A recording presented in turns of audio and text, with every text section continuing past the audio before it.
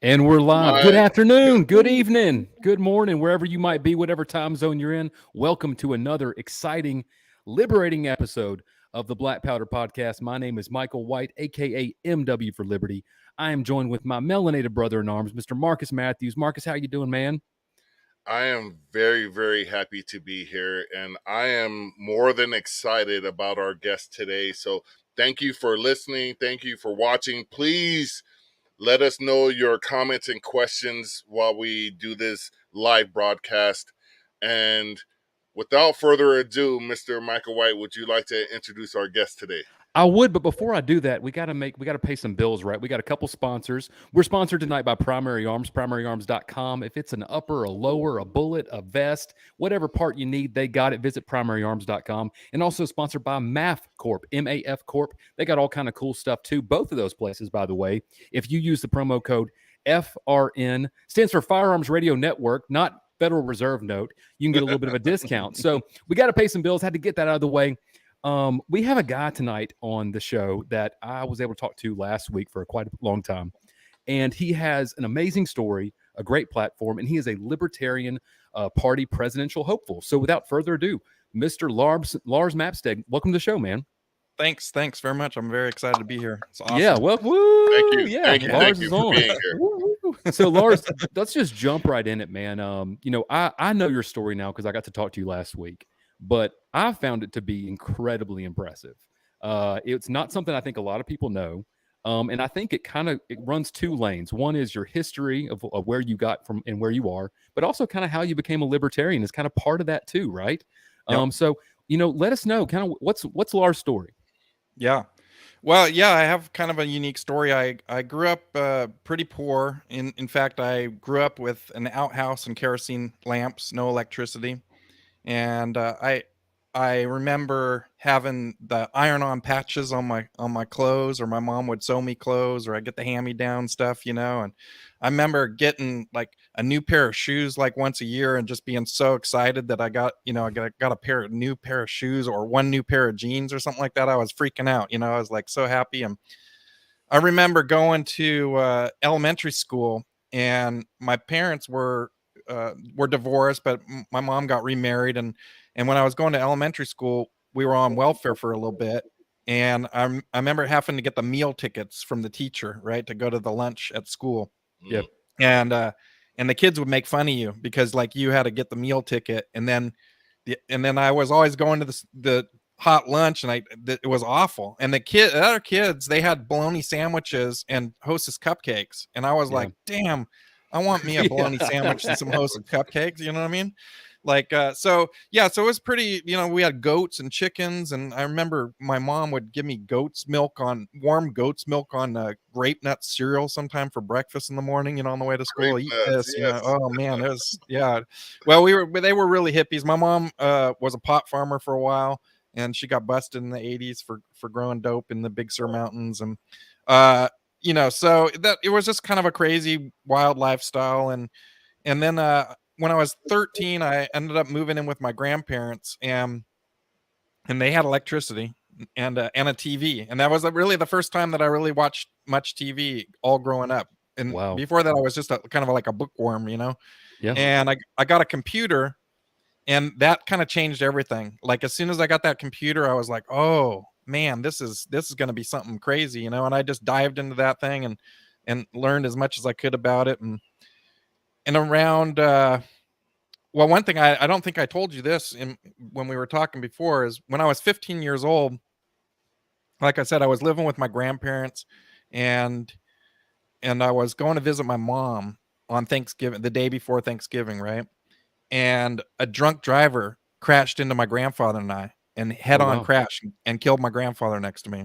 Oh my goodness. And I, that was a pretty gnarly thing, and I went down pretty dark path for a little while there. I resorted to some drinking and some other things to like numb the pain that I was going through, and it took me a couple of years to like pull out of that hole that I was in, right, and Right. like overcome that kind of trauma challenge kind of a thing. And it, nothing was ever the same after that, really. It was because he was a father figure to me. He was like, I was living with him. He was my dad at the time, basically, so Yeah. that was pretty gnarly. And that, after that, I was like in my early 20s. I was just struggling, trying to find out what I was going to do with life, and I had some ideas, but it was hard. And I remember, I don't know if you guys, I don't know if you guys have relate to this, but you're working away, and like you get to the end of the month and you've run out of money because you paid for your car payment, you paid for your gas bill, you paid your rent, and you're on that top ramen for days,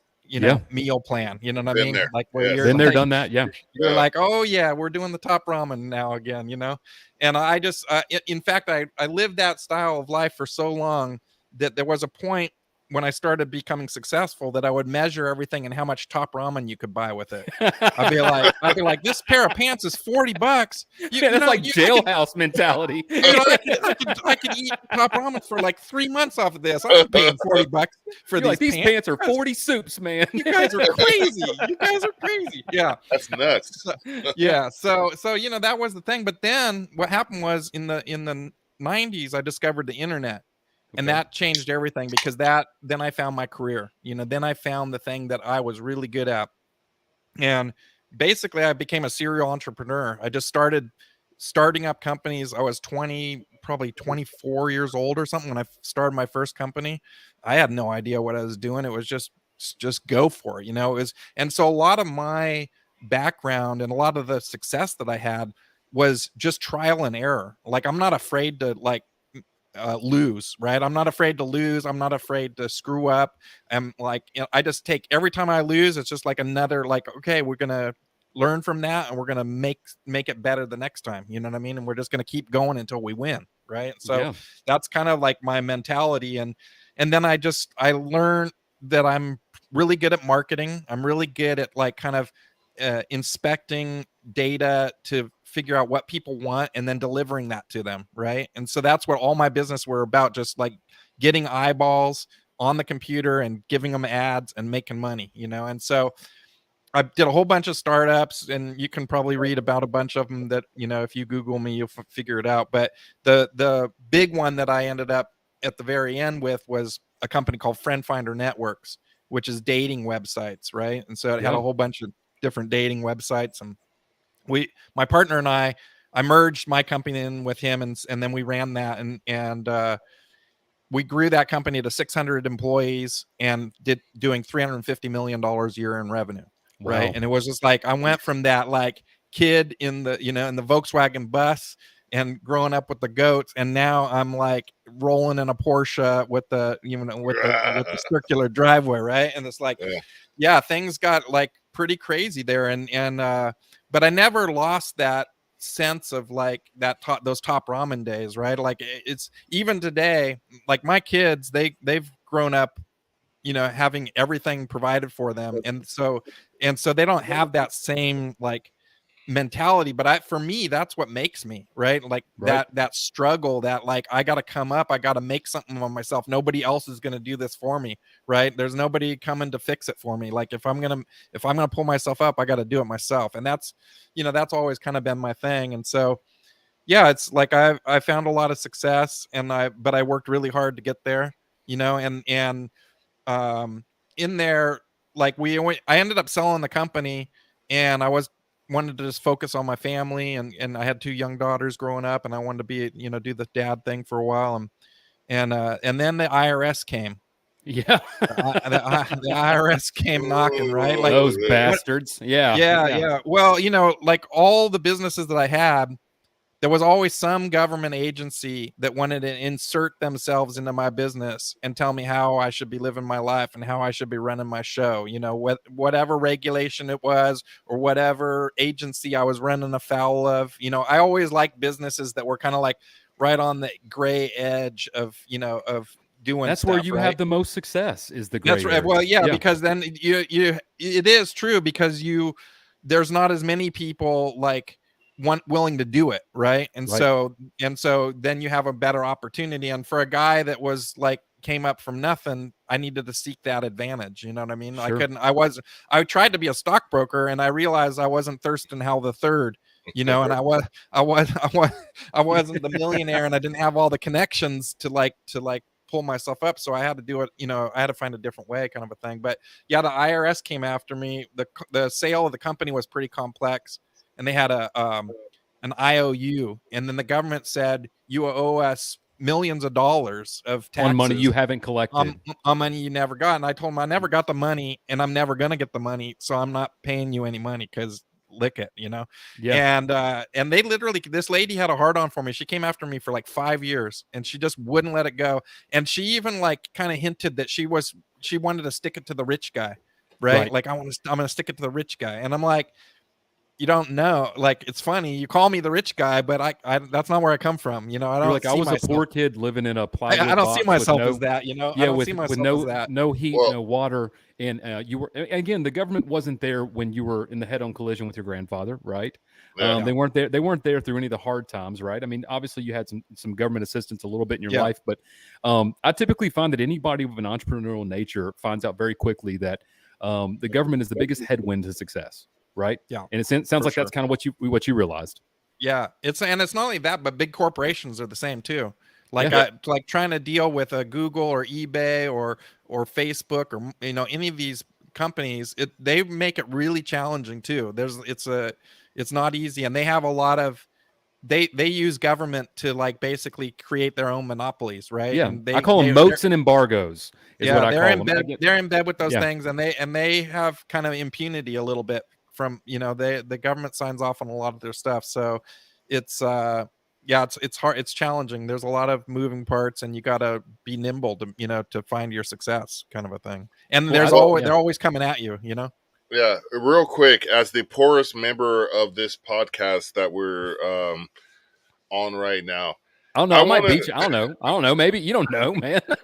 well, you're a former business owner. I that might have sold put it all in business- scratch off lottery tickets this morning. You don't know what I got going on, very, Mark. Very well. Okay, so questionably, as the poorest member of this current podcast, I want to know from you, Lars, and you told a very compelling story right now. What separates you from the pack Yeah. in the Libertarian presidential nomination, aside from your incredible story? But how do you think you can persuade people to vote for you?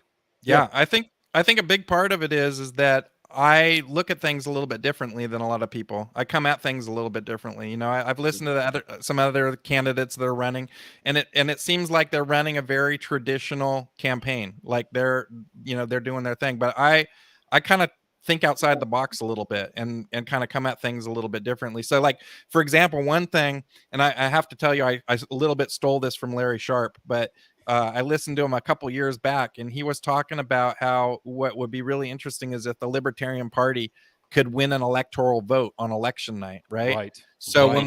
when we're watching the map on election night, and they're like, California blue, Texas red, Florida red, what the hell is this gold going on up here, right?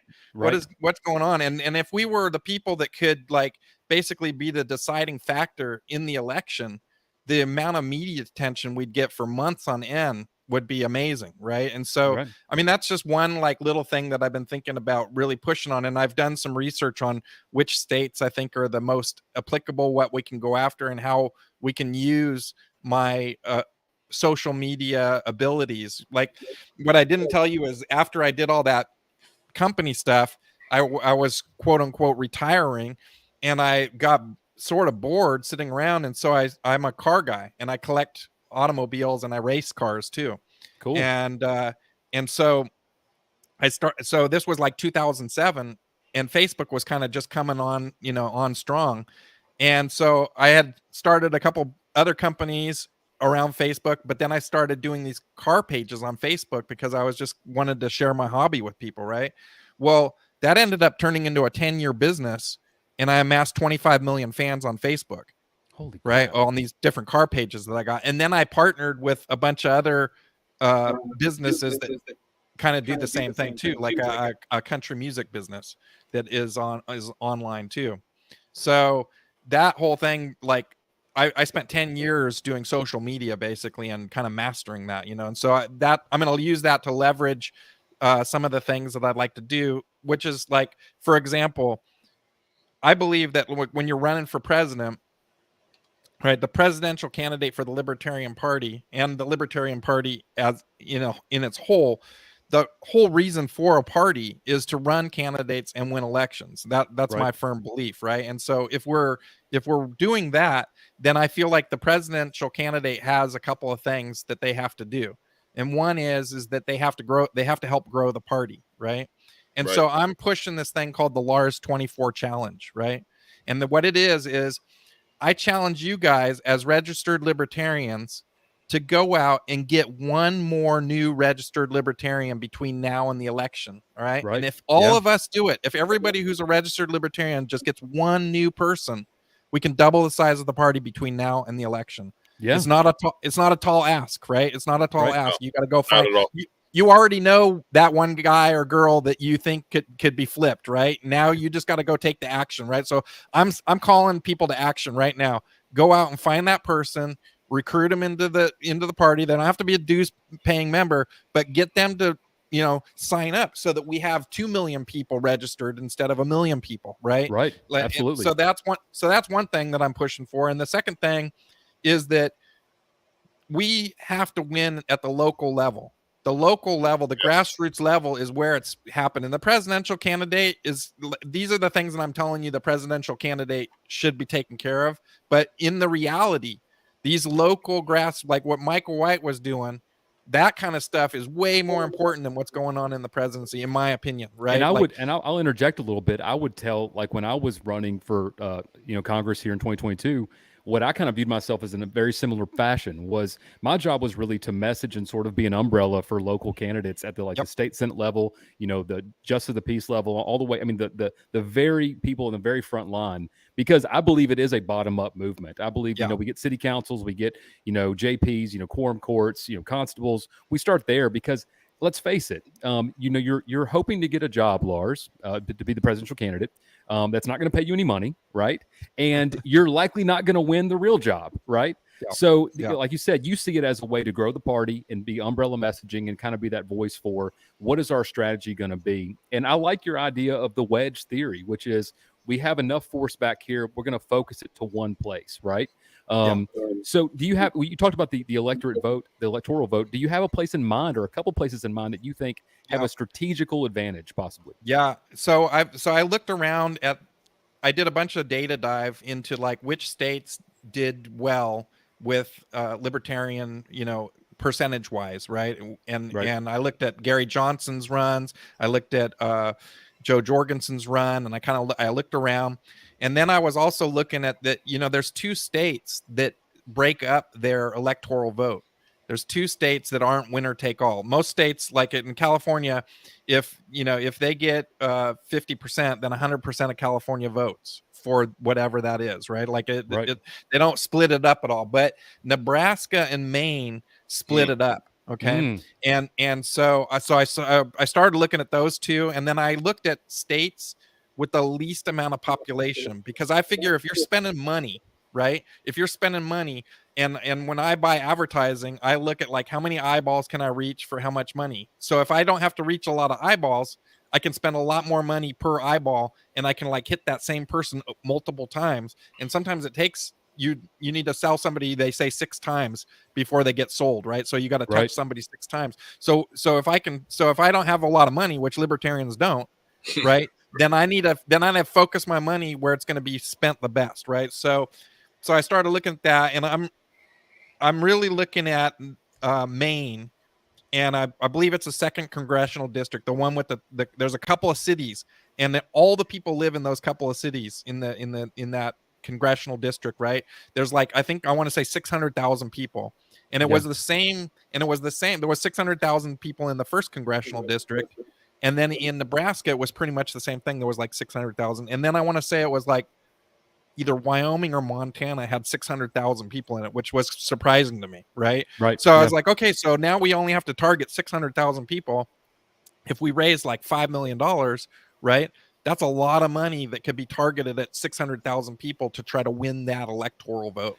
I think I'm completely sold on that idea. I think that makes a lot of sense. And, you and I on our phone call that we had earlier, you and I do think kind of alike. I'm sort of a quantitative guy, a data guy. And that's kind of where some of my background came in. And what I had some success in business was very much like that: is my cost per impression. How could I maximize that? How could I, because I was always working with limited resources. I'm like you. I didn't grow up with millions of dollars. I came from a fairly humble background. And so I kind of always had that same mentality. So I'm with it, man. I'm sold. Marcus, what you got? We have our first official question from our live audience. Okay, excellent. And it's Common Arms Trade Company. Okay. And they want to know, Lars for president, how are you going to unite libertarians and convince them that their vote will matter? Yeah. Good question. That is a good question. Well, I mean, clearly there's been a lot of struggle inside the Libertarian Party, and it's still kind of going on. So I'm not gonna ignore that. But for me, what I see happening is that there's the left and the right fight, and it's going on inside the Libertarian Party, right? Yep. And for me, I'm not here to fight the left and the right fight. There's everybody's already doing that fight. I don't need to pick up that fight, right? We're already what I want to do is I want to fight the state. I want to fight the oppressive state. I don't want to fight like your left position versus the right position. I don't care. I just want its state gone. I don't, I just want this. I want the state gone. So it's like, if you, so how I'm going to unite people is if you are for less government, then you're with me. Then we're on the same team, right? I don't care about the rest of that stuff. I want to like reduce the state and take it out of my life as much as possible. Take it out of your life as much as possible, because I'm really convinced that you know how to run your life better than the government does. We don't need nanny state. We don't need nanny state. And I live in California, and Marcus knows this, man. California is the nanny state. Like they man, completely. They probably get like ropes around outside your house and tell you this is the path that you're allowed to like go down, because it's dangerous outside of this path, and nanny government knows that this is the best path for you. So just walk. Don't try to go outside these ropes, these velvet ropes. We got you. We got you. Yeah, California treats every citizen like they're their 85-year-old grandma getting out of a Suburban. Yeah, it's about 18 to 22 inch drop to the floor from a Suburban, and you need to grab your granny by the hip and the left arm and gently guide her out if she's on the driver's side. Yeah. And from there, I wanted to ask you, what is your current event that it is striking you as we have another question. But sure. Question, if you will. I think we all agree privatization would be beneficial in a lot of areas in government that the government currently controls. What TAC-funded societal functions do we use right now that you think cannot be privatized? Oh, that's an interesting question. Yeah, military for sure. What tax? Yeah, I think tax military funded.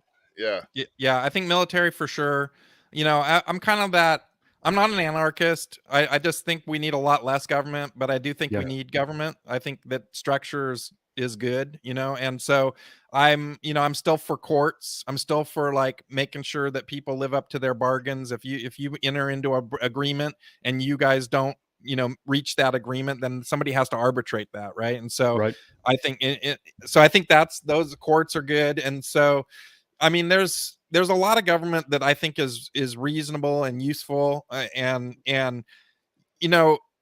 whether it be private or government, it's kind of like I think government starts out with good intentions, and then it just morphs into this bureaucratic sludge fest, right? That's like right, like they're like all these guys when they get to Congress and stuff, they put forward these thoughts and positions. They're not putting them forward because they want to screw people, but they truly believe that that's like the right thing. But it always gets corrupted, right, by all these different inputs and all these different, the crony capitalism that we have is this, it's rampant, and it corrupts the whole system, right? And then it gets down to this thing of coercion, right? Like one group of people forcing their opinion on another group of people and telling them how to live their life, and then they swing back and forth depending on who's victorious in the last election, and that coercion is what is dividing America. That's right? Because because nobody wants to feel like they're getting forced down upon, right? And they're all happy when they're getting their way, but as soon as it's against them, they're like, oh, I don't like this, right? So Right. so in order to end the division in America, I've been saying we need to end the government coercion. We need to stop. Yes, you're nailing it on the head. And I say it all the time is, we don't need to be fighting about which side gets to wield unjust power. We need to remove the unjust power to begin with, because most of the things people are fighting about on social media, at the water cooler, whatever else, is because the government is involved. You know what? Yep. Like, I think back, you and I are kind of the same age or similar ages. I think you're about 10 years older than me. But I remember, for instance, when gay marriage was a big political fight, right? Obama was against it. And I remember going, okay, well, why is the government even involved in this? Right? And if the government wasn't involved in it, nobody would be fighting about it. Yeah. Because, if you were a hardline evangelical Christian, you'd say, well, in our church, we don't marry gay people. And if you were somebody else, you say, well, in our church, we do. And it wouldn't matter. And then everybody would have their little civil contract for property ownership, division of property, whatever else, if they want to do that. And that's really the issue, right? If you remove the government coercion, all of a sudden, a lot of these issues aren't issues anymore. So I'm with you on that, Lars. That's a great point, man. Yeah, well, it's all that stuff has built-in coercion. Marriage itself has built-in coercion because it's telling you, it's telling you how you're going to behave. We're all married men on this podcast, right? We all know that, man. I'm coming up on 30 years this year with my wife. Wow, congratulations. Yeah, that's crazy. Who knew you could even live that long? We got a comment real quick. Can you guys see the question that I just posted? Yeah, we can. I just posted something new. Because we have two questions. We have this one from Common Arms again, and then we have one from another guy. So what I'm going to do going forward, I'm just going to throw this in. And if you guys want to jump in on that, cool. The first one, he's a personal friend of mine. He didn't blow up. And Spike, if you're listening, and I suspect at one point you're going to watch this, never forget I made you. And he will admit this. If you watch the two podcasts that I had him on, he readily admits, like, after I endorsed him, he freaking blew up. Yeah, awesome. And it's the Marcus effect. It is the Marcus effect, and I suspect that will have the same effect on Lars Mapstead really quickly right here. But I don't think this is necessarily a fair question. But I'm not going to censor anybody. And I don't know. Spike told me last time, and I want to cut this off relatively quickly here, but he hasn't decided on running for president or vice president yet. He said sometime around spring, so it should be soon. But you don't have anybody in mind that, let's say Lars was the candidate. Who would you want as somebody you can, ideology-wise, you can vibe with on vice president? Yeah, I've got a few people that I've picked out. I'm not sure I'm ready to name anybody at the moment. Yeah, you don't have to do that. But to be honest with you, if Spike decided to run and he was running for president, I would throw my hat in the ring for vice president and go that route. If it looked like if he won the nomination for president, I would immediately flip and try to be the vice president. And if for some crazy reason he decided to be my vice president, I would absolutely take Spike Cohen as my vice president. I'll tell you what, Spike's a national treasure. We can all agree on that. Yeah, all right, we got a question. Absolutely. He's all right. He's all question, right. Question if y'all will. Without me. We got one from, is this Gracie John Forbes? Question, if y'all will. I think we all agree privatization would be beneficial in a lot of areas. Government currently controls. Yeah, that was a previous question. Yeah, that was a previous. My bad. It was this one. How do you plan to get on the big stage to debate? This isn't just about the establishment in Washington. It's also the machine, mainstream media. That's a very good question. Very good question. Yeah. It's going to be interesting because actually, if you kind of look back at the history of the debates, right? The debates for a long time were run by the League of Women Voters. Okay.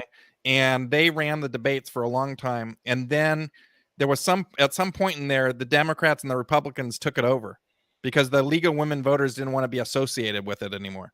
They were kind of pissed off because the duopoly kept telling them these different rules. And they're like, no, we're running the debate. Right. And so the duopoly took it over. But the last time that Trump was running, he said he's not going to be in any debates anymore. He's not even going to show up for a debate. He's like, screw it. I'm not being there. Right. So the Republicans have kind of said they're not going to be in a debate. So that kind of, opens the door wide open for more, we're doing this thing right now, right? This podcast right now. And I've been doing like 1 to 2 podcasts every week, and we're still a year out from the election. And once we get in there, I think I'm going to be doing this every day, right? And Yeah. I think that by the time I get done, I'm going to reach more people than what the debate would have reached. Not to say that if I get offered a debate, I'm going to definitely debate, but I don't think it's nearly as critical as it once was, right? With social media, with the amount of people that you can reach. So, like, for instance, on my Lars for President Facebook page in August of this last year, I reached 17 million people Yeah. with my Facebook page in 1 month, right? Right. And it's like, and I have, I have the ability to reach a lot of people through that kind of stuff, and it's just growing all the time. So, while it is important, I don't think it's the be all and end all that a lot of people make it out to be. This is a really good question here. When y'all have a minute, can we talk about family court, child protective services stuff? I had to take a call for a bit, so if you've already discussed it, I'll catch it later. No, man, we have not covered it yet. I think it's a really good question. Lars, what's your opinion on family court and child protective services? Yeah, well, I think like I said earlier, with all things government, it starts out with good intentions, right? We want to protect children. We want to like keep people from getting abused. And there's stuff that's good in there, but it's also interesting. I asked this question because government, where government touches most people is at their local level, right? The federal government doesn't touch you very much. I mean, other than stealing all the money out of your pocket, but there's, but where people really get pissed off, where government really screws people, is in their day-to-day life in their town, right? Like the interactions that I've had the most trouble with is like the water department, the local police, these kind of things. And so I asked people, what is the worst thing where government gets you on? Like, where's government hurt you the most, right? And Family. I was really surprised by the answer. Most of the people said the number one thing that government had hurt them the most, it was guys basically saying, they ruined my life, they took away my kids, I can't see them, and they take all my money, and I can't survive, basically, right? And so and not to say that there aren't deadbeat dads that deserve to like take care of their stuff, right? So it's a really challenging thing. I think that if we didn't have corruption and we didn't have people on power trips and people were really being of service, then these systems could probably work, right? But what happens is you get people in there that lose that joy of being helpful and being a volunteer and being of service to people, right? And they just kind of get bitter at the job, and maybe they're stuck at the job and they hate it, and then they just take it out on everybody else around them, right? And I've seen that a lot with government employees, right? They're like, they start out with good intentions, and then they've been in there for like a million years, and then they just get bitter and they're like taking it out on everybody else. Like, here's a prime example. I was building a building or some garages, and I went down to the planning department, and I had been waiting there for a couple hours, like in the waiting room, waiting. And now it's finally my turn. And I get up to go, and the guy says, "Oh, now we're going to lunch." And I'm like, okay. I'm like, but wait, it's 11:40, bro. Like, when's your lunch, at noon? He's like, yeah. And I'm like, well, there's 20 minutes left right here. I've been waiting for 2 hours. Can you see me? And then I was like, oh, that was a mistake, because he's pissed now, right? Because I like called him out on it, right? And he's just got this sour face on him, and I'm like, oh, I screwed up. I should have just shut up and come back like, after lunch. Hey man, do you want me to buy you a Subway sandwich? Yeah. I should have just so I roll up on this guy, and I'm like, okay, here's my thing. And he's looking at it, and he's just already ready to say no. He doesn't even want to look at it. He's just like, nah, it's not, And I'm looking at him, and he's got this like pin on his lapel, and it's a Scottish thistle, right? Okay. And I'm like, oh, is that a Scottish thistle? And he's like, yeah, I'm the clansman of the Scottish, thing of Santa Cruz County, blah, blah, blah. And I'm like, oh, okay. And I'm like, I got married in Scotland in a ruined castle with my wife. And he's like, oh, that's great. He's like, boom. And he just starts pounding the paperwork with all the stamps. And he's like, you're out of here, bro. And I'm like, what? You I had to have have to the say, end, man. I have no idea what a Scottish thistle is, and my mom has green eyes and reddish brown hair. So I'm sure somewhere from Wales up and to Ireland, I have some ancestors, but I have no idea what a Scottish thistle is. So I just ask for the fellow Black people watching this explain what that is. Oh, okay. Yeah, Yeah. it's it might be their national flower. It's Okay, basically it's a thistle flower. It's like a purple, is that one spiky. of those purple, Yeah, it's spiky exactly purple what ones it that we is. get here in California? Yeah, spiky purple flower. Yep. Okay, That's a okay. fitting Scottish flower, right? Something that pricks you and it's kind of just an Yeah. asshole. Yeah, You know? yeah. Yeah. That's Yeah. pretty fitting, That's man. what Scotch does to the general human being. If you drink enough of it, you become prickly and a jerk. You know, anybody touches you, they might get hurt. Yeah. Yeah. Yeah, But absolutely. Let's get into some and policy stuff, man. You want to yeah, jump into or get some more questions, Marcus, Sure. or you want to go into policy stuff? I wanted to ask you because we don't have any specific questions right now, but in California we have ranked choice, and in California we have gotten a shitty Democrat and a shitty Democrat on the ballot because of that. But in your policy, you're pro ranked choice, Yep. and I wanted to expand on that for the libertarian aspect of how you Yeah. feel ranked choice. Explain your view, Sure. your version of ranked choice voting and why Sure, you sure. think it's beneficial. Yeah. Yeah. Well, first I wanna tell you about California for a second Tell Michael because about California. 'Cause yeah, well, I know if, it's shitty politics. so here's the thing. It's not we don't actually have ranked choice voting in California. What you're Okay. talking about is a proposition. California legislates all its crap through propositions, which I think is Yeah. a horrible way to govern. Basically, what they do is they spend a lot of money and they get these propositions put on the ballot, and instead of the elected officials voting on the things that we send them to Sacramento to vote on, they all the hard stuff they turn into a proposition and they foist it on the people to vote on, right? and they tell you, oh, it's because it's a democratic process and that, but really it's just totally corrupt. It's a horrible way to govern. And so one of the propositions that we had, I'm not exactly sure when it passed, but sometime in the last 10 years, and they call it the top two.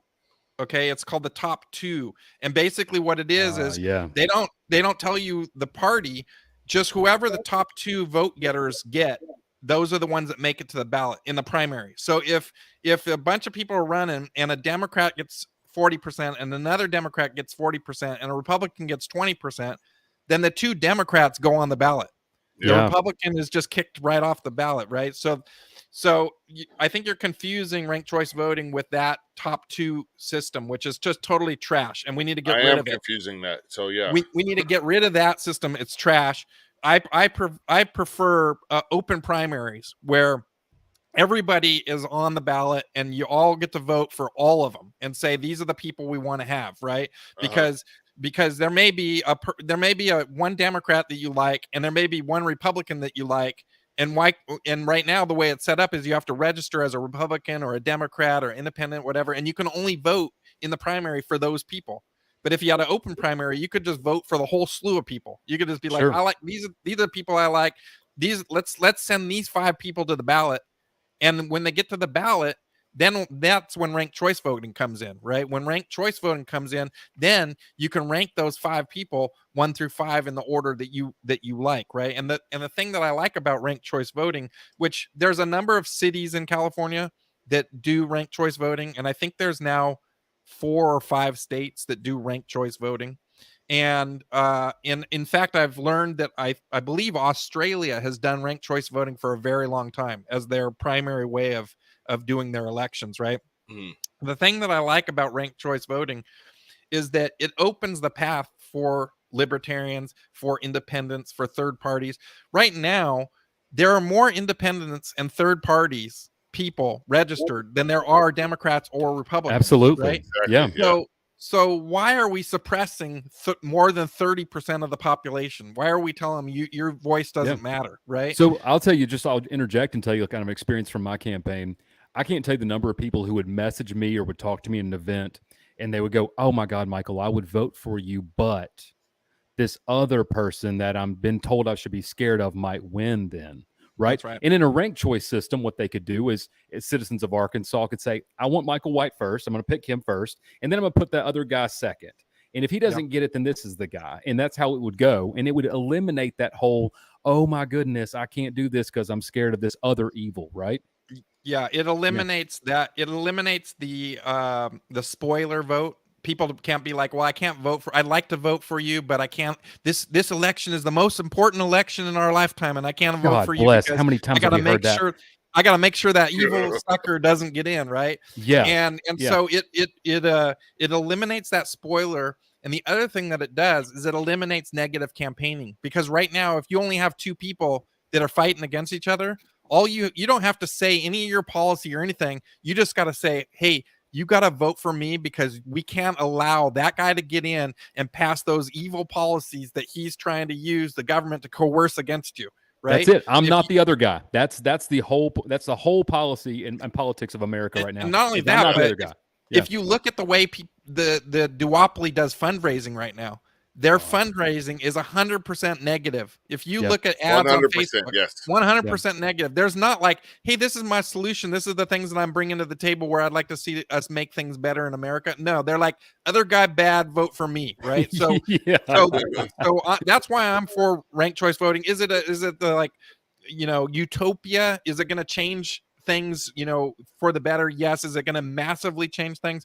No. I mean, they already basically said that in the majority of races, I think that I think they said 95% of races would end the same way that they're ending right now. Sure. Right.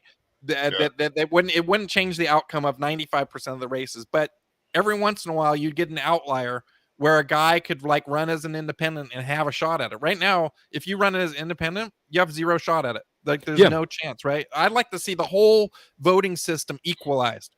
Like I'm all about opportunity for people. I'm all about equalizing the system. And right now the system is totally corrupt and totally like written in the favor of the duopoly, right? It's like, we're missing the boat, America. Like I'm one of my things that I've been pushing is this picture of Donald Trump and Joe Biden facing off against each other. And I'm like, is this the best we have to offer America? Really? Out of all the people in America, this is the two best people we have to choose.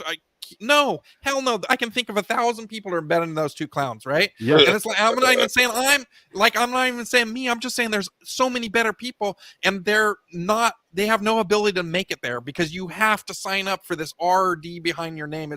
It's been proven over and over that like just having that symbol next to your name gives you like 30% of the vote. What like is you don't even have to work for it. In California, you're obviously big California. Obviously, Democrat Party is more popular, right? I mean, you're a blue state. What is the filing fee for federal office to the Democrat Party? I'll tell you, in Arkansas, if you want to file as a Republican on a federal level, it's like $12,000 or $15,000. I can't think exactly. And so, what I love, we talk about negative campaigning. And by the way, Angry Alaskan chimed in and said kind of what you said, which is it's not a silver bullet, right? It won't make utopia. By the way, follow him on Facebook. He's got good stuff. I do. I get memes off the Angry Alaskan all the time. Yeah, he's great, man. But like, what I think is funny is here, obviously being in a red state in Arkansas, the Republican primary is always a quote unquote big deal. And they will both trash each other the whole time and then turn around and support them, whoever's in the general election. Yep. And I couldn't think of any more thing disingenuous than that. And then also, like, for instance, on state levels throughout the country is you'll go pay that exorbitant filing fee to essentially try to buy a percentage of the vote is what it basically does. And if you're running against an incumbent, they're going to take that money and then just use it to fund the incumbent's campaign or through a PAC or something else, right? Yep. And so the whole system, like you said, has devolved into very, very dysfunctional, very divisive. So and that's why voting reform is one of my top things, because it's not just that, it's the ballot access, the punitive ballot access, the gerrymandering stuff. I mean, like anybody that like looks at this for half a moment realizes how corrupt and how broken it is, right? And we just need to get back to a level playing field where any American can show up, and if they're willing to put in the work, can make it to the top office of the land, right? It's like, for me, I went to Philadelphia. I was doing a race in New Jersey on the beach in old hot rods, right? And so I stopped off in Philadelphia, and it was the first time I'd ever been there. So I went to the Liberty Bell, and I went to the Independence Hall, and I was doing the tour there. And when I'm doing the tour, the lady was showing off the first Congress, where the first Congress met, right? There's like 30 chairs there, or 25 chairs, however many it was. And she says, you know, when the first Congress met, all these people had jobs, right? They had primary jobs, and they came to this Congress and they did their business, and then they went back to their primary jobs, right? And she said it was a service position. And I got chills going down my side when she said that, because I was like, wow, that's what we need to get back to, a service position, right? Where like people show up and they want to do good for America. They put in their time and then they get the hell out of there. Right? We don't need these career politicians that are like in there forever and ever. And that's one of the reasons I push term limits, is because I want to get back to that service oriented position where you go back to your job and do your thing after you're done serving America, right? And did the tour guide also let you know that in that first Congress, Nancy Pelosi had sat in the end seat and it was still there? And Dianne Feinstein. Yeah. Oh, and here's her seat. Is like almost 90 years old. Yeah. I don't know. She's been around since like 1781 or something like that. Yeah, I think we learned that in history class. Yeah. So before we take this question, I really want to get into the fair tax discussion with you, because I know that it's a big part of your platform. And it's one of these issues right now in the Libertarian Party that there's a lot of kind of infighting about, right? Because I think we all agree that taxation in and of itself is theft. We're all anti-taxes. We don't want it. But, you know, if I have a gripe about the Libertarian Party, it has always been that some members and participants are so ideologically bound that they're of no earthly good, right? They cannot make any actual real policy for the ground level because they're so up here with their thought process, right? And that's kind of what's happening with the fair taxes. I've heard, you know, people like me, I'm a proponent of it. I think that it would be a much better system. But you have people out there that are like, no, Lars, if you're not out there yelling taxation is theft and giving the people the finger, we don't want you as our candidate. So expound on why you're such a fan of the fair tax. Yeah, I think, and you may have come across this while you were running too. One of the things that I've learned doing this campaign is that when people talk politics, they talk their ideal.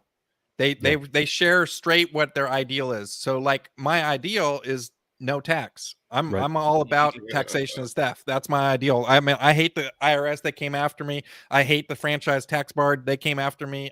It's gross. I don't like taxation, and the least amount possible is my ideal. Okay. And there's a lot of things like that where we have an ideal and we push it, but the ideal is not practical. The ideal is not going to happen you're not going to get to that ever.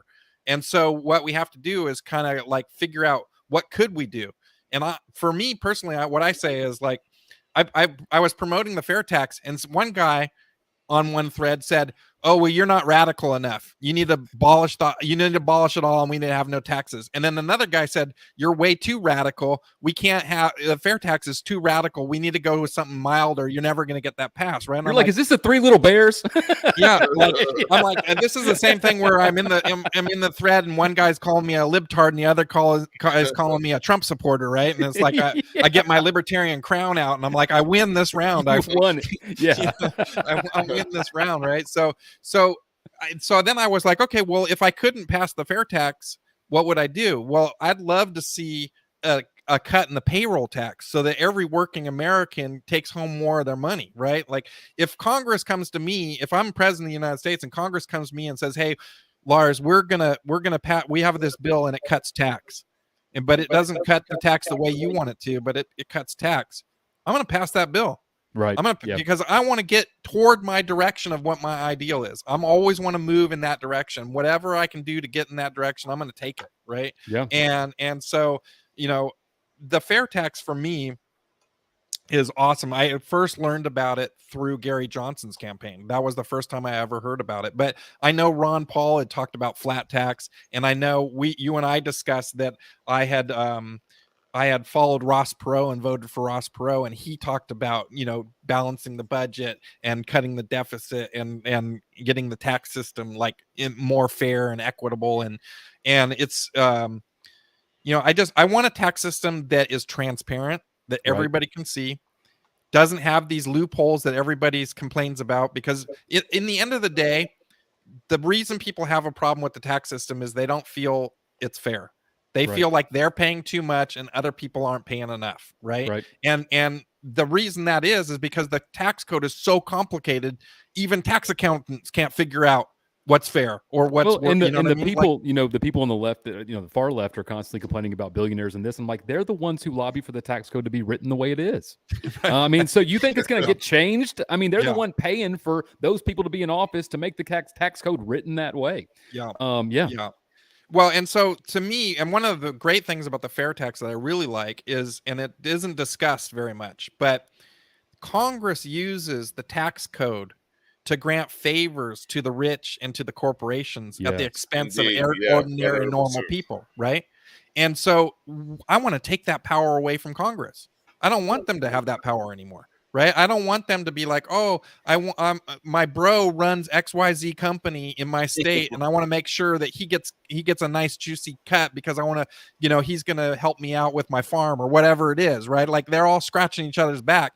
Yep. The fair tax takes away some of the corruption out of Congress because it takes away their power to give these favors to other people, right? And so, and it eliminates all the loopholes. There's no loophole. Everybody knows exactly what everybody's paying and that they're doing what they're supposed to do, right? And it's just, I think there's just so many good parts about it. I like the fact that, like, if you're not a U.S. citizen but you're here, you're paying taxes. Right. If you're a person traveling to America, you're paying taxes. Everybody's helping out to pay our bills, right? That aren't paying currently, right? If you are a guy that deals drugs or whatever, of course I want to abolish the drug wars and legalize all drugs. But let's say you do something shady right now that the government, that you don't report to the government. Well, with the fair tax, all that gets collected, right? Because you still have to go out and buy Starbucks, and you still have to go out and buy, your new car or whatever it is that you're buying. And so it's going to collect tax from those people. So I think it's a really great system. I wish more people would take the time to sit down and look at it. And I'll point something. I found something really interesting, and it's a Wikipedia entry for the fair tax. So like just type in fair tax Wikipedia on Google and it'll come up. And it's quite a lengthy read, but it really gives a good pros and cons, not just pros, right? It gives the downside because it's not a utopia. There's some things that aren't great about it, right? And there's some questions that are definitely left hanging with it. But I think if I have to pick between the IRS, what we have now, and the fair tax, it's a no-brainer to me. It's an absolute no-brainer. 100% no-brainer. No-brainer, right? But literally, I'm on Facebook, and because the Republicans have now pushed this thing, and it's been a bill before Congress for 20 years, and it's had bipartisan support, but this is the first time it's ever made it to where it's going to get a floor vote potentially. And because the Republicans have pushed it, every Democrat's automatically against it. Right. And they will not even listen to me saying, hey, I'm not a Republican. I'm not a Democrat. Why don't you just at least look at it? Will you just at least look at it? Like, open up. No, the Republicans, it's that your other guy bad thing, and they just won't even look at it. And it's like, I'm trying to tell them, like, you guys, you wanted them to end all the loopholes. This ends all the loopholes. And then I tell them this too. The fair tax is green. You know why the fair tax is green? Because it doesn't tax any used goods. Right. So it promotes the use of recycling. Recycling, and just it promotes this, like, we don't have to be the mass consumer anymore, right? So it helps with all that stuff. So there's a bunch of things they could get behind it, but they won't even look at it, which is just frustrating. It's so frustrating. Well, Lars, I say it all the time. The duopoly does two things very well: optics and division. They don't give solutions. And so, when you could instantly see as soon as it was on the House floor, I looked at my wife when I saw it was going to be on there. I said, watch this. Every Democrat talking point is going to completely ignore the fact that it eliminates the current tax code. Yep. It wasn't 10 seconds later on Twitter, Republicans want to pass a 30% sales tax. That was it. That was it. And so everybody's like, oh my God, they hate us. Like, and I'm like, all of them hate you, by the way. But it's optics and division, man. So I'm with you on the fair tax, man. Yeah. One thing I'd like to see, if anybody from the fair tax is watching, or that's really delves into this a little bit more, I'd like to see a chart of how much tax you would pay if you made like $30,000, $50,000, $100,000 a year. How much tax liability would you have under the fair tax system versus the current IRS system? Because the back of the napkin math that I've done says basically if you make $30,000 a year in America right now under the fair tax plan, you won't be paying any tax at all. Yeah.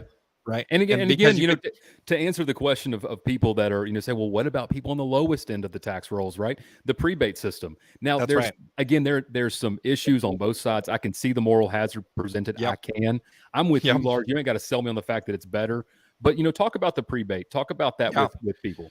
Yeah, so you know, I saw on, I think it might have been the Fair Tax website. I follow that on their Facebook page. But one of the things it showed is that right now, if you're a family and you have 3 or 4 dependents, right, you get to write some of that off. You have the child Tax credit. rebate, tax Yep. credit, and so this kind of replaces that. Is that you still, if you have these children, this replaces that. And so every citizen in America will get a check every month to cover their sales taxes up to the poverty level, right? And personally, I don't think, I would like to see food and housing eliminated from any kind of taxation, because I feel like those are like things that you deserve, that you Bare shouldn't. minimums. Yeah, it's like taxing food is immoral in my opinion. Like Yep. I can't. It's like, dude, people got to eat. Like you're gonna tax, you know? It's like, you're gonna You tax can't my even top hunt ramen. for free in this country. You're gonna tax my top ramen? Are you really gonna tax my dude? Come on, Yeah. don't tax my top ramen. Yeah. So we got a question here. How do you see cryptocurrency? Would Yeah. you be a proponent of shifting our current monetary system for something like that as an alternative? Yeah. So the government isn't going to give us a choice, unfortunately. So I'm a big backer of cryptocurrency. I've been you know, in crypto world since 17, maybe around in there.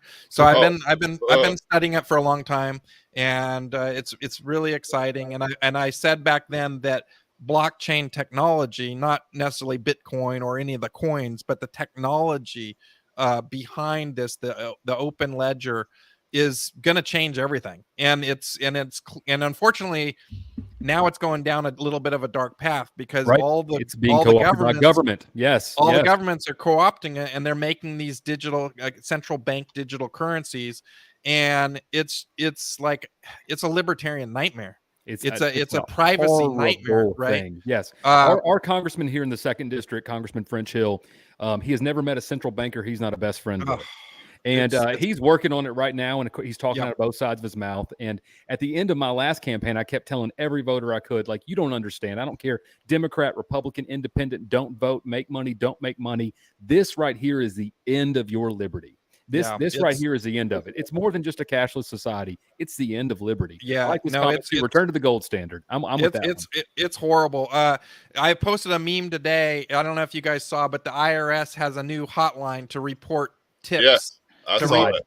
So like, if I was a waiter for a while, so I know the tip game. And all the billionaire waiters that we hired, they want you to turn in your wait staff bros for not paying tips on time or whatever. And then somebody said, you know, libertarians are like, well, that's why I always tip with cash. And I said, well, enjoy that while you can, because central bank digital currency is coming, and they're going to wipe out all the cash. And this isn't like a long way off. This is 5 years out. Maybe it's not even 5 years out. The Bank of England is literally, they've got their hand on the button. It's coming. I mean, China's already got it. I would say that if we don't do the best thing we can as a society and as libertarians and as everybody to fight this, it'll be shortly after 2024. That election of 2024 will be over, and it'd be January that it's going to be. It'll be something like that. Yeah, it's horrible, because basically what that means is, let's say you do get that tips, right? They can literally take the tax during the transaction. Right. They can they can now, the government with a central bank digital currency will be able to take the tax at the transaction. Let's say you go to Vegas and you pull the slot machine and you win $1,000. you ain't getting $1,000. They're going to Yeah. immediately take the tax straight out of the thing in the ledger, and they're going to be like, okay, that's our cut. Thanks. Well, to me, what's Right? more sinister about it than even the fact of instant taxation and the lack of anonymity is the fact, Yeah. as you well know, with blockchain technology, open ledger, is they could incentivize purchases or de-incentivize purchases based off Mhm. category. So, for Mhm. instance, you could get a paycheck from your employer, and let's say you make $5,000 a month. Well, 1 month, maybe every month you like to put away $1,000, right, in your savings account. You're saving for a vacation, and it's 6 months into it, and then all of a sudden, oh, you know what? We don't want people traveling because of a health emergency. So any travel expenses are going to be de-allowed or are going to only transit at 1/10 of the rate, Yeah. right? But you know what? You can buy video games and DVD, your streaming services, you'll get 2 to 1, right? They can literally begin to steer the economy as they want to. It is a central planner's dream, and it is a libertarian nightmare. It's gross. It's a libertarian nightmare, and we see already the government doing that kind of stuff with these, these Nest thermostats, the Google Nest thermostat, right? That is one of the dumbest things you could do. Stand by it. Continue. Go That's ahead. one Yeah. of the- And yeah. so recently, I was reading that one of the utility companies, right, had reached into people's thermostats over the internet and Yep. said, "Hey, we're having an emergency, so we're cutting off your heat. You're only allowed to be at 50 degrees, right? Yeah, in we're your cranking house. it down. Yeah. We're cranking it down, or or air conditioning. You can't be at 60. You have to be at 75 or whatever it is, right? And so, literally, nanny state reaching into your home and forcing you to like live the way that they want you to do. I feel like that's a bound. It's a boundary that should never be crossed, And, right? and It's like, again, what will happen is through government policy is they won't, for instance, like we talked about this our call we had is, they won't, for instance, ban the gas generator you have today, but they will make it illegal in certain states or certain places to where manufacturers begin to stop making them. And That's then right. then eventually you run out of parts, you run out of repair centers. And so they get phased out like that because they control the economy. They'll do the same thing with thermostats. I mean, I've thought about going and buying like a bucket full of old school thermostats and just like say, having them for 20 years from now, because it won't be long that you might walk into a Home Depot and say, hey, my thermostat is broken. They go, well, the only ones we have are the internet connected devices. And if you don't get that one, and you'll say, well, can I buy one in the parking lot? And they'll be like, no, because you don't have cash anymore. Right? Yeah. Right. Yeah. Yeah, exactly. And for me, a man's home is his castle. You hear that, and it's like, to me, that's like our last bastion of our liberty is inside our home. What you do inside your home is absolutely none of my business, right? Yeah. Absolutely. Unless you're harming your kids or you're like beating on somebody. Other than that, it's like, do whatever the hell you would like. That's our private spot. That's our place where we get to like be ourselves and not have to worry about the outside world. And if we have to worry about government coming inside our home every 5 minutes and telling us how to live our lives in there, it drives me up a wall. Yeah, this guy nails it. He says the digital universal currency is the death of freedom. The black market will be the only market due to people bartering and trading. All commerce can be regulated and products will be taxed out of availability except for the rich. You're right. There will always be exceptions for the people who write the policy. It's the poor and the middle class and the normal people that always bear the brunt of bad policy. So that's a great comment. Yeah. So, Lars, we're coming up here on our hour. We're kind of wrapping it up. First off, where can everybody find you at? What's your socials? They can find you. They're right behind you. Yeah. So primarily, I do Facebook mostly. So it's Lars for President on a Facebook, and I think Lars 2024 is the tag at the top. But just search for Lars for President, you'll find it. Yep. You can go to lars24.com. It has my platform on there. It has you can donate money to me. I'm always accepting donations. And I also am doing Twitter, Libertarian Lars, and I do have Instagram, but I don't really use it too much. Yeah, We still have Okay, before we close, this is like one of the best questions of this of this podcast. Yeah. Why do we still have poor people? And I'm assuming he's coming at this from a capitalist perspective. Yeah. I'm assuming so. Yeah. Yeah. No, go ahead, Michael. I mean, I will say that first off, capitalism has been amazing at reducing the number of poor people. Statistically speaking, I mean, over the past 200 years, we have dramatically reduced the number of poor people. I would argue the reason that we have still the number that we have of poor people today is because of our monetary system. That's why I believe it currently exists. You're always going to have the poor among you. I make no qualms about it that in my personal life, I'm a Christian, and it's written right there. You're always going to have them with you. But I think that we have a system that is designed to make and keep people poor. It encourages excessive risk taking amongst people, normal people like us, in order just to stay ahead. And then it rewards when that excessive risk taking goes bad for the very elite by giving them taxpayer bailouts the Fed takes on their balance sheet. It is, and that's why, in my opinion, one of the single largest moral hazards of all moral hazards is the Federal Reserve. That's my personal answer. Yeah, I think we had the best capitalist system when you went to the butcher for your meat, when you went to the grocer for your fresh vegetables and other items you need.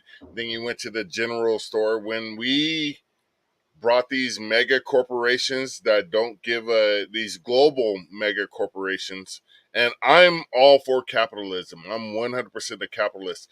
But these mega corporations have limited choice and have driven wages down. And they wouldn't exist without government. They would not. They would not exist without government.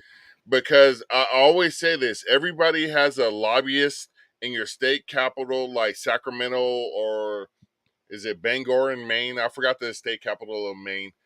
But everybody has a lobbyist in the state capital in Washington, D.C., except the American citizens. They got an Amazon rep in every single state house. Yeah, exactly. Yeah. I was just looking at a chart of this actually today, because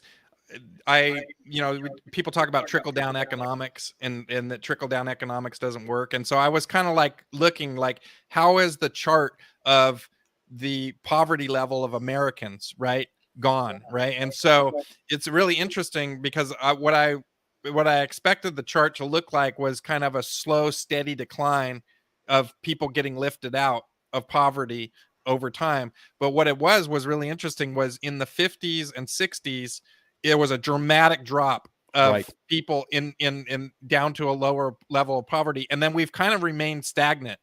Almost since exactly 1964. Yes. It was like as soon as we launched the war on poverty, that guaranteed we kept poverty around. I have to interject this. One of my most intelligent friends I've ever had said, anytime the United States declares war on a noun, it always fails. And it keeps the noun around. I mean, how many quote drugs, unquote war on poverty? Well, so Lars, this has been a wonderful conversation. We're about 7 minutes over our kind of. We were on the podcast. We can keep doing this, but I kind of do want to wrap it up. This has been an absolutely wonderful conversation. So, Lars, what is the 30-second elevator pitch for Lars right now as you're moving toward convention, hoping to capture those delegates and be the next Libertarian presidential candidate? Yeah. So, like I said, I grew up with some hardships, and I had a lot of stuff to overcome, on my path to success, right? And I like to say my last name is Mapstead. So, I've achieved success. I want to achieve success for you all. I think we can do it together, right? And I have a map to that success, right? And I want to share it, and I want to share it with you guys, right? I do want to share it, because I really believe that America has some of the hardest working, most innovative people. I know, because I've worked with them. I've had the pleasure to work with them.